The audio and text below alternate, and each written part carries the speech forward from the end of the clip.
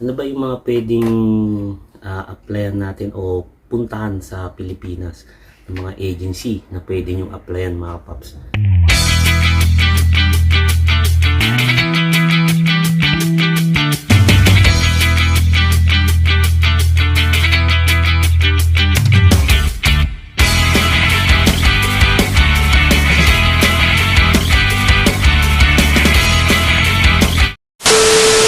What's up mga kapapsi? Kumusta naman kayo dyan mga kapapsi? Matagal-tagal din kaming hindi nakapag-upload ni Mrs. Mag-iisang buwan na yata, no? Isang buwan na ba? Matagal na. So, mayroon lang kami mga inasikaso mga paps. Sana nandyan pa rin kayo yung mga subscriber namin. Tapos, kumusta rin kayo? Kumusta rin? Ayos lang naman din kami dito mga kapaps. So, habang di ako nakapag-upload, nagbasa-basa kami ni Mrs. ng comment.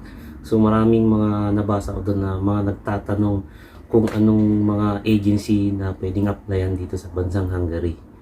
So, yun ang itatopic natin. Tsaka meron ding nagtatanong kung ilang anak ba, anong edad yung pwedeng ma-tax free dito sa bansang Hungary mga po. Namiss ko rin mag-upload ng video kasi syempre gusto rin namin i-share ni Mrs. yung experience dito sa bansang Hungary.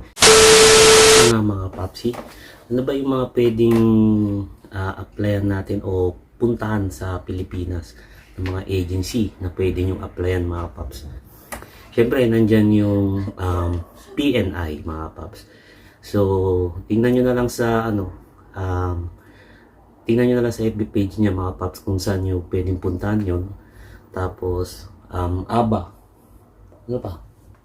Grand Place. Grand Placement. Tapos, First Dynamic mga paps, no?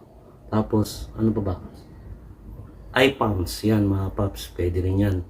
So, yung binanggit ko mga paps yan, tingnan nyo na lang sa Facebook page nila para malaman nyo kung saan yung mga lugar na pwede nyong puntahan doon mga paps sa Pilipinas. So, yan yung alam ko na legit na agency na pwedeng applyan dito sa papuntang Hungary. Nagtanong sa amin about sa may nabasa rin ako sa ano ba yung mga requirements na pwede nyong i-prepare. Importante yung e-registration tsaka PIOS. Diba? Magkasama naman yun lagi. Oo, magkasama yun. Tapos, syempre, kumuha rin kayo ng NBI, police clearance, tapos yung mga school credential nyo, mga paps, yan, importante rin yan. So, yan lang naman PSA yung... na birth certificate. Ayun, PSA na birth certificate.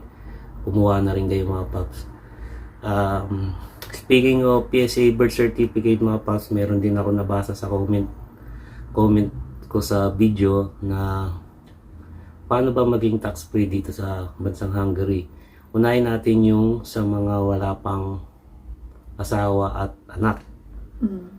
Ilang taon ba yung tax free dito sa Hungary, yung wala pang asawa, yung edad? 24 pa baba ata. Yun, mga paps, 24 pababa. Kapag yung edad nyo 24 pababa, Tax free pa kayo. Tax free pa kayo. Mga single yun. Oo, mga single yun, mga papsi.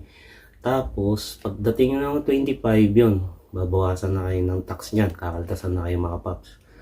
Tapos, yung sa mag-asawa naman, pag yung anak nyo is isa hanggang dalawa, yan, may kaltas pa rin kayo. May kaltas pa rin kayong tax, pero hindi na ganun kalaki, di ba? So, yung tax free na sinasabi namin, kailangan ng anak nyo mga paps, 3 pataas. Tulad namin, 4 yung anak namin, so tax free kami. Hindi na kami kinakaltasan mga paps. So, kung mag-abroad kayo, punta kayo sa bansang Hungary, yung dapat nyo lang dalhin, ano ba yung dapat na birth certificate ng anak nyo. Yun mga paps na dalhin nyo. Na PSA na siya. Yun, dalhin nyo yung birth certificate ng anak nyo. Tapos, ipapile nyo yan dito mga paps, either dun sa agency na hawak sa inyo o kayo mismo pupunta dun sa NAB kung tawagin dito mga paps. Tax ano nila yon, office. Tax office nila. So, ulit mga paps, no? Kapag single kayo, kapag 24 pababa, tax free ka pa. Tapos kung mag-asawa naman kayo pupunta dito at may anak kayo, pag isa dalawa yung anak nyo, may bawas na yun ng tax pero hindi ganun kalaki. Tapos pag 3 pataas, tax free na kayo mga kapapsi. Pero dapat yung anak nyo is hanggang 17 years old lang. Pag Ye- 18 na, hindi na siya kasama sa ano. Ayun. So, yun pa, sabi ni Mrs. Pag 17 pababa, pasok pa siya sa tax free. Pero pag 18 pataas, kahit 3 pa yung anak nyo, 4, hindi na yun pwede mga kapapsi. Mga minor de edad lang kailangan. So, syempre, na-miss ko yung mga kapapsi. No? Sana tuloy-tuloy na uli yung upload namin ni Mrs.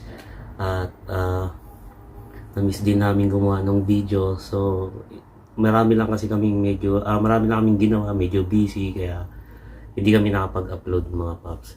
So, sana nasagot ko na yung mga tanong nyo sa comment tungkol sa paano mag-apply sa agency, anong agency ba yung pwedeng applyan, tapos ano yung mga requirements, tapos yung sa tax free, kung ilan yung anak mo, yung edad mo, yan. So, meron pa pala mga paps, no, kapag nakapasa na kayo dito sa bansang Hungary, pag nag-medical na kayo, isa pa palang gusto kong i-share sa inyo, iwas-iwasan nyo muna yung mga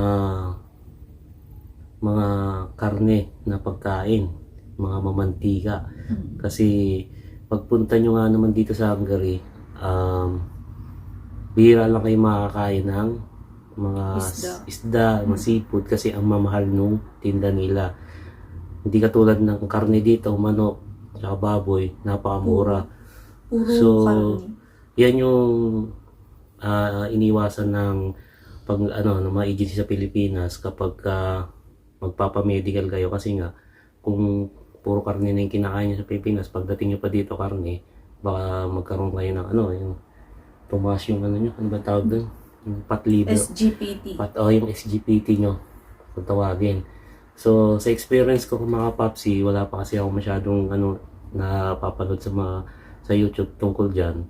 So, pag medical ko, umabot ako ng 3 weeks. Every week, pinababalik ako kasi mataas yung SGPT ko. Kasi kailangan yung SGPT nyo nasa 50 lang. So, ako umabot ng 80, 90. So, 3 weeks. Every week akong nabalik sa agency, sa medical para i-test yung SGPT ko kasi masyadong nga mataas. So, hindi talaga ako kumain ng rice. Puro prutas lang. So, sa mga magpapamedical pa lang na nakapasa na, para may idea na kayo, iwasan nyo muna kumain ng mga karne. Di ba? Karne. Yan, puro prutas muna. Para pagdating nyo doon, isang test lang kayo, okay na. Wala na kayo may problema. Lalo na pag malalayo kayo, pabalik-balik kayo mga paps. So, sayang yung pamasahe. So, kailangan, tisin nyo muna. Huwag muna kayo kumain ng karne. Mga gulay lang yan. Tapos lemon, salo nyo sa tubig. Ayan mga paps, hanggang dito na lang muna mga papsi. Kung may mga gusto pa kayong itanong, i-comment nyo lang dyan sa baba mga paps. So, paano hanggang dito na lang mga paps. Kita-kits ulit tayo sa susunod namin video ni Mrs. Sana magtuloy-tuloy na yung video, upload namin ng video mga paps para may share namin yung experience namin dito sa bansang Hungary.